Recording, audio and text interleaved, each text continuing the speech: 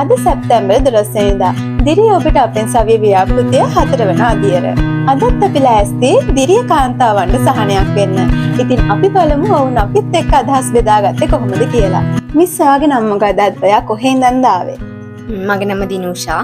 මම ආවේ කටුපතින් ඉඳලා. කටුපතේ ඉඳලා. එතකොට ඉමායක් ගැන ඔයාට මොකද හිතෙන්නේ? ඇත්තටම ගොඩක් හොඳයි. කාර්ය මණ්ඩලය හැමෝම ගොඩක් හොඳ සේවාවක් ලබා දුන්නා. බොහොම ස්තුතියි. ඉතින් මිස් ඔයා කොහෙන් ඉඳන්ද ආවේ? ජායලින්ද.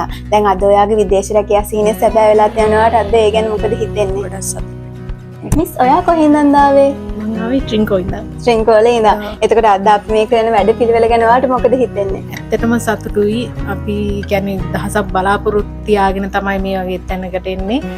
මේ ඉතින් ඔයාලගෙන් ලැබෙන සේවාව මේ මායකෙන් ලැබෙන සේවාව අති විශිෂ්ටයි. ඒ වගේම කාර්ය මණ්ඩලයත් මේ හරිම හොඳයි. මේ අපේ සීනේ ඉතින් අද සැබෑ වුණා. බොහොම ස්තුතියි.